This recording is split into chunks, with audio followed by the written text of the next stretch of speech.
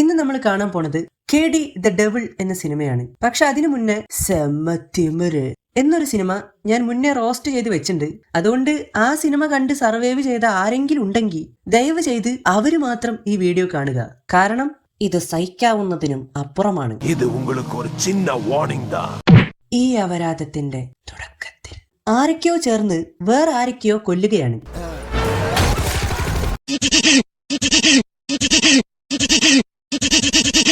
ഇവരൊക്കെ ഞങ്ങളാണ് സാർ. അതെ, ഇവരാരൊക്കെയാണ്?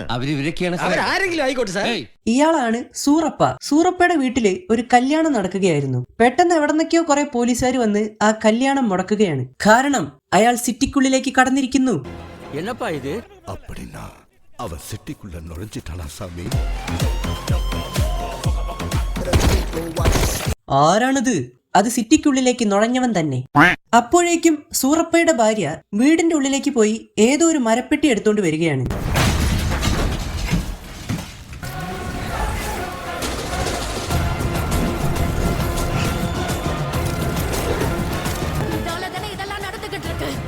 ഇപ്പൊ നിങ്ങൾ വിചാരിക്കും ഈ അരിവാളിൽ പ്രേതം കേറിയിട്ടുണ്ടെന്ന്. കാരണം അത് നിലത്ത് നിൽക്കാതെ ഇങ്ങനെ കറങ്ങിക്കൊണ്ടിരിക്കുകയാണ്.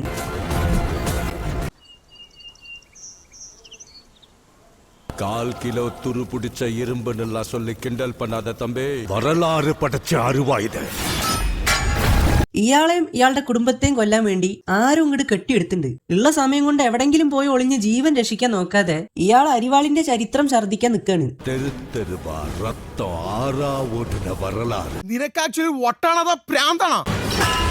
അത് അരിവാളിന്റെ സൗണ്ട് തന്നെയാണോ അതോ പെട്ടെന്ന് ഇരുന്നപ്പോ എന്തെങ്കിലും ഉടഞ്ഞോ? இந்த அருவாள்ல ரத்தம் பாஞ்சப்ப ஏற்பட்ட சூட்டுல மொத்த அண்டவேൾഡുമേ എരിഞ്ഞു പോச்சு. ഓ, അടുത്ത KGF. അത് എഴുതി കാണിച്ചാ മതിയാ? ஒட்டு மொத்த அண்டவேൾഡையும் நடுநடுங்க വെച്ച ഒരുത്തൻ இருந்தா. ഇതാരാ? റാവുത്തറോ? ഉണക്കുവിയൽ മേലെ ഉட்கார்ந்து മീസ മുറുക്കണ. എടോ പോയി രക്ഷപ്പെടാൻ നോക്കടോ. തന്നെ കൊല്ലാൻ വേണ്ടി ആൾക്കാർ ഇറങ്ങിയിട്ടുണ്ട്. മീസ മുറുക്കണവനോட வரலாறுடா ഇത്. ഇതിപ്പോ ഇയാളെന്നെ തീ പിടിച്ച് ചാവുന്ന് തോന്നുന്നുണ്ട്. ഇതാണ് നമ്മുടെ കഥയിലെ വില്ലൻ. പേര് ദേവ. ദേവ ഗുസ്തിയൊക്കെ പഠിച്ചിട്ട് നാട്ടില് കുറെ പേരെ വെട്ടിക്കൊന്ന് സുഖമായിട്ട് ജീവിക്കുന്ന ഒരു ഡോണാണ്. അവൻ ഒരു തടവ കാല തൂക്കി കിടുക്ക് പിടി പോട്ട് ഇഴുത്താൻ. അക്കാടയ്ക്കുള്ളിൽ വെച്ച് അയാളെ ആർക്കും തോപ്പിക്കാൻ പറ്റില്ല. പോലീസുകാർക്കൊന്നും ദേവയെ തൊടാൻ പറ്റില്ല. അത്രയ്ക്ക് പവർഫുൾ ആണ് ദേവ. അയാളെ എതിർത്ത് നിൽക്കാൻ ആ നാട്ടിൽ ആർക്കും ധൈര്യമില്ല. இந்த ஊரே அவனை ராட்சசன்னு கரிச்சி கொட்டினப்போ அவனை கடவுளா கொண்டாடுன ஒருத்தன் இருந்தா. ഏതാ പൊട്ടൻ? ആ പൊട്ടനാണ് നമ്മുടെ നായകൻ. രാമനുക്ക് ഹനുമാൻ പോലെയാ? അതുക്കും മേലടാ തമ്പി. ഏയ്, എന്താ അയാളുടെ സന്തോഷം. മരപ്പൊട്ടൻ. നമ്മുടെ നായകന്റെ പേരാണ് കാളി. അയാൾക്ക് സ്വന്തമായിട്ടൊരു മണ്ണെണ്ണക്കട ഉണ്ട്. ആകെയുള്ള സമ്പാദ്യം ഈ പാട്ട സൈക്കിൾ മാത്ര. പാട്ടന്റെ അപ്പൻ.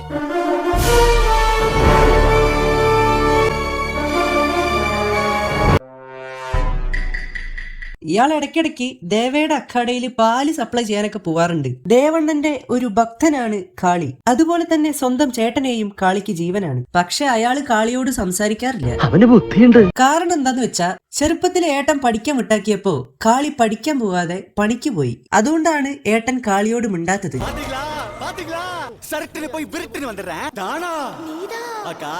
ഈ വെറി പിടിച്ചവന്റെ അടുത്തൊക്കെ മിണ്ടാതിരിക്കുന്ന തന്നെയാണ് നല്ലത്. കാളിയുടെ ഏട്ടൻ ഒരു പാവം പിടിച്ച മനുഷ്യനാണ്. നാട്ടിലൊരു ചെറിയ സ്കൂളൊക്കെ നടത്തി സാധാരണക്കാരനായി ജീവിച്ചു പോകുന്ന ഒരാളാണ് അദ്ദേഹം. ഓ, അദ്ദേഹം അയാള്. അത് മതി, കൂടുതൽ ഡെക്കറേഷൻ ഒന്നും വേണ്ട. അപ്പൊ വില്ലനെ കണ്ടു, നായകനെ കണ്ടു. ഇനി നായികയെ കണ്ടാലോ? അത് വേണോ? തല തൊട്ട് കാല് വരെ നീണ്ടു കിടക്കുന്ന ഈ മുടിയുടെ ഓണറാണ് നമ്മുടെ നായിക. പേര് അരിവാ ലക്ഷ്മി.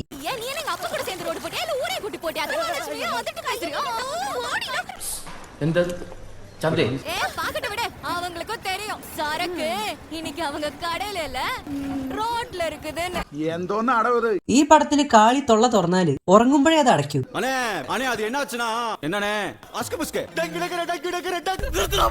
ഒരു കാര്യത്തില് കുറ്റം പറയാൻ പറ്റില്ല കേട്ടോ. ഈ കാളിക്ക് പെർഫെക്റ്റ് മാച്ചാണ് ലക്ഷ്മി. ഇതും തൊള്ള തുറന്ന് അടയ്ക്കാൻ കുറച്ച് സമയം എടുക്കും.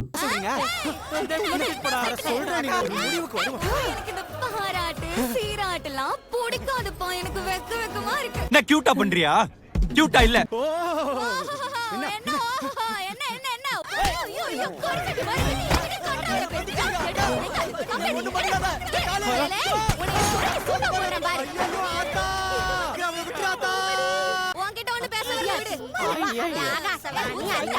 നായകനും നായികയും മത്സരിച്ച് വെറുപ്പിച്ച് വെച്ചേക്കാണ്. കലപില കലപില കലപില പറഞ്ഞിട്ട് ഏതോ ചന്തയ്ക്ക് പോയ പോലെ ഉണ്ട്. ഇയാളുടെ മെയിൻ ഐറ്റാണ് നമ്മുടെ സെമ്മത്തിമിറ്. അതിന്റെ വീഡിയോ ഒക്കെ കണ്ടവർക്ക് അറിയാം. ഈ പെണ്ണും തുടങ്ങിയോ? ഓ, അതിന്റെ ഒരു കുറവുണ്ടായിരുന്നു. ഇതൊക്കെ തിയേറ്ററിൽ ഇരുന്ന് സഹിച്ചവരുടെ അവസ്ഥ പരിതാപകരം.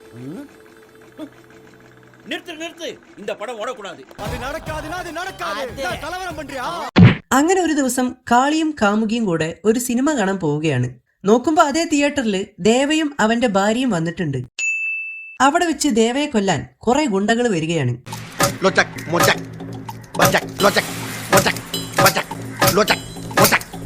പക്ഷെ ദേവയുടെ കട്ട ഫാനായ കാളി തന്റെ അണ്ണനെ രക്ഷിക്കാൻ അയാളുടെ ഭാര്യയ്ക്ക് ഒരു ടിപ്പ് പറഞ്ഞു കൊടുക്കുകയാണ്.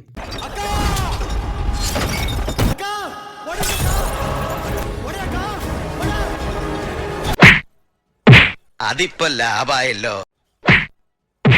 ചെവിയും കട്ടൂടാ, കണ്ണും കണ്ടൂടാ. ശിവനെ, ഇത് യാത് ജില്ല?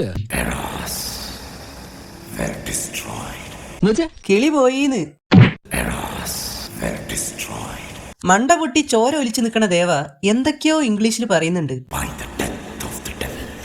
ഓ, ഇത് BGM ആയിരുന്നു. അടിയിൽ എഴുതി കാണിക്കായിരുന്നു.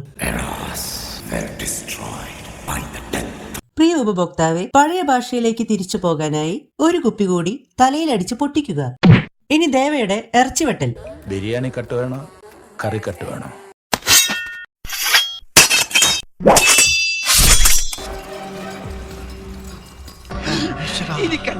എനിക്കണ്ടോ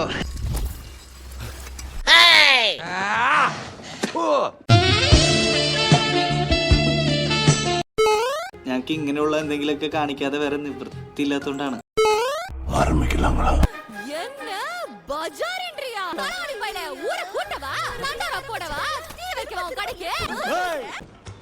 ഒന്ന് വിളിച്ചോണ്ട് പോടോ.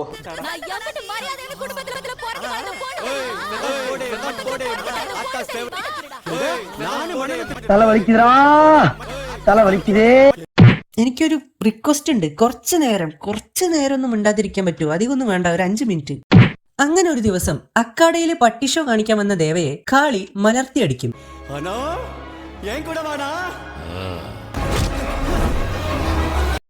അത് ദേവയ്ക്ക് വലിയ നാണക്കേടാവും. പോരാഞ്ഞിട്ട് ദേവയെ താൻ മലർത്തിയടിച്ച കാര്യം ഈ കാളി എല്ലാവരോടും പോയി പറയും.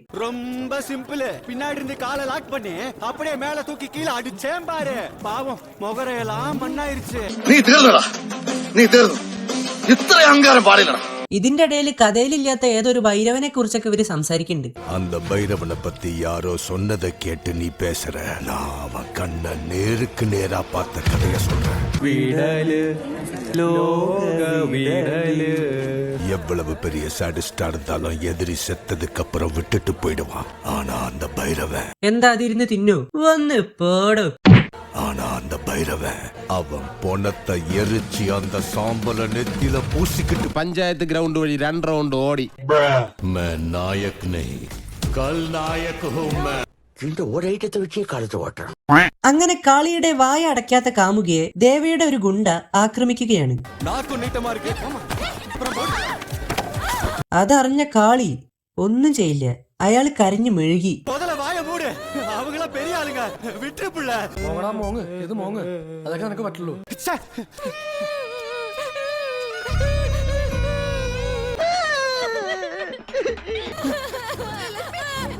പിറ്റേ ദിവസം അതേ ഗുണ്ട വന്ന് ലക്ഷ്മിയോട് എന്തോ പറഞ്ഞു. ലക്ഷ്മി തിരിച്ചും പറഞ്ഞു. സോ ഗുണ്ട ആക്രമിച്ചു. പക്ഷെ ഇത്തവണ കുറച്ച് കൂടിപ്പോയി. അയാള് ലക്ഷ്മിയുടെ നീളമുള്ള മുടി മുറിച്ചെടുത്തു. നല്ല ഭംഗിയുള്ള മുടിയായിരുന്നു, നല്ല തിളക്കമായിരുന്നു. എന്റെ ചുവടുകൾക്കൊത്ത് ആടി ഉലയുമായിരുന്നു, ആർത്ത് ചിരിക്കുമായിരുന്നു. സാധാരണ ഇങ്ങനൊരു സിറ്റുവേഷൻ വരുമ്പോ ഇത് കാണുന്ന നമുക്ക് സങ്കടമൊക്കെ തോന്നണം. പക്ഷെ ഈ പടത്തിൽ അങ്ങനെയൊന്നും തോന്നില്ല. അത്രയ്ക്ക് വെറുപ്പിച്ചു വെച്ചിട്ടുണ്ട്. ലക്ഷ്മിയുടെ കണ്ണുനീര് കണ്ടപ്പോ കാളിക്ക് സഹിച്ചില്ല. കാളി വേഗം ദേവയുടെ വീട്ടിലേക്ക് പോയി. എന്നിട്ട് അയാളുടെ കാല് പിടിച്ച് കരഞ്ഞു. അത് ദേവയ്ക്ക് ഇഷ്ടായില്ല. എന്നെ തോക്കടിച്ചിട്ട് ഊരൂരാ சொல்லிட்டிருக்கியாடா 24 മണി നേരத்துக்குள்ள ഇവൻ കുടുംബത്തിൽ இருக்கிறவங்க തലയെ കാലടിയിൽ കൊണ്ടുവന്ന് വെക്കണം. അങ്ങനെ കാളി തന്റെ കുടുംബത്തെ രക്ഷിക്കാൻ അങ്ങോട്ടോടി ഇങ്ങോട്ടോടി നേരെ നിന്ന് സത്യം പറഞ്ഞു. പക്ഷെ അതാരും വിശ്വസിച്ചില്ല എന്ന് മാത്രം.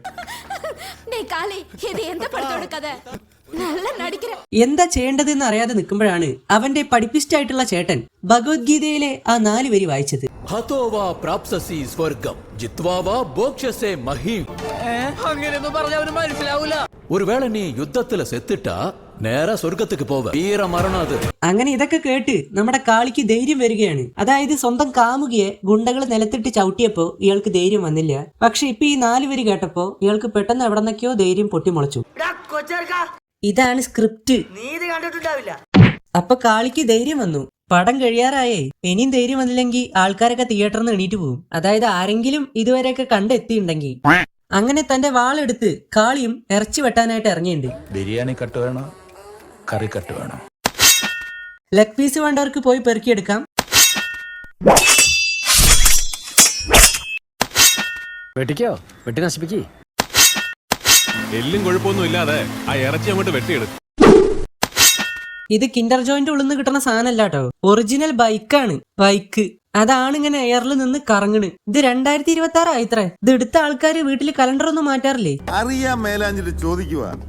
സിനിമ മാറിപ്പോയെന്നും താൻ അറിഞ്ഞില്ലേ?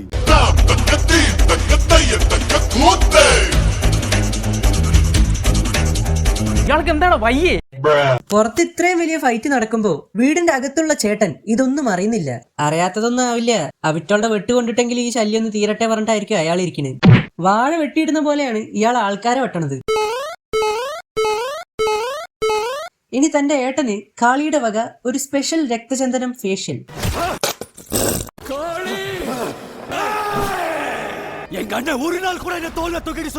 അയിന് ഈ കൊല്ലാൻ വന്ന ഗുണ്ടകൾ എന്തിനാണ് ഇതൊക്കെ കേട്ട് നിൽക്കുന്നത്? അങ്ങോട്ട് കൊന്നിട്ട് പൊക്കൂടെ?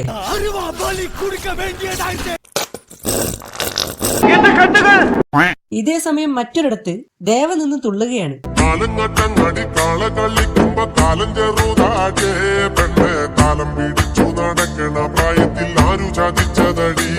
ഇനി അനിയന് വേണ്ടി ചേട്ടന്റെ കുറച്ച് തള്ളിമറിക്കൽ. എങ്ക 3 പേരെ കൊല്றதுக்கு நீ 100 பேர் அனுப்பியிருக்க. அவன் அந்த 100 பேரையும் கூறு போட்டுட்டான்.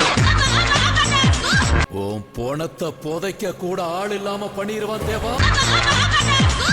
കരിങ്കാലിയല്ല കൊടുങ്ങല്ലൊരു വാഴണ പെണ്ണാള് കൊടുവാളെടുത്ത്. എന്തൊക്കെയാണ് നടക്കുന്നേ?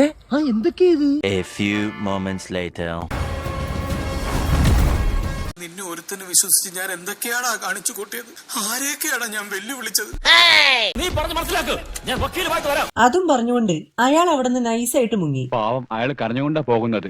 അവൻ കരയണം. പൊട്ടനും പോയി പണ്ടനും പോയി പൊട്ടും കിട്ടി. അങ്ങനെ അവസാനം കാളി ദേവയുടെ തലയും വെട്ടി നേരെ പോലീസ് സ്റ്റേഷനിലേക്ക് പോയി. എന്തായാലും ദേവയെ വെട്ടിക്കൂട്ടി. തലക്കഷ്ണം ചോദിച്ചിട്ട് ദേവയുടെ ഭാര്യ തന്നെ ആദ്യം വന്നു. ഒടുവിൽ ദേവയെ കൊന്ന കാളിയെ പോലീസ് ജയിലിലേക്ക് കൊണ്ടുപോവുകയാണ്. അവിടെ ഒരു പാട്ട്.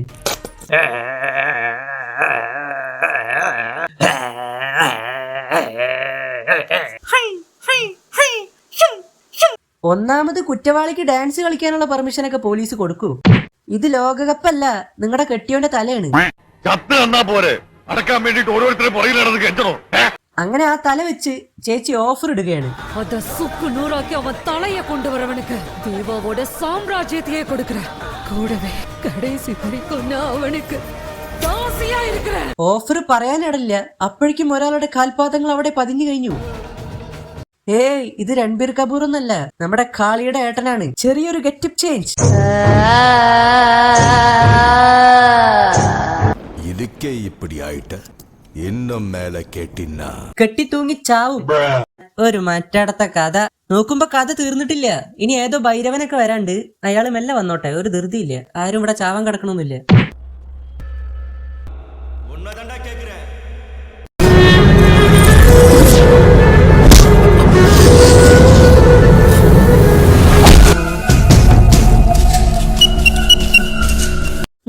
കോടി ബഡ്ജറ്റില് വന്ന പടാണ് മോനെ. 100 കോടി ഈ പടത്തിന്?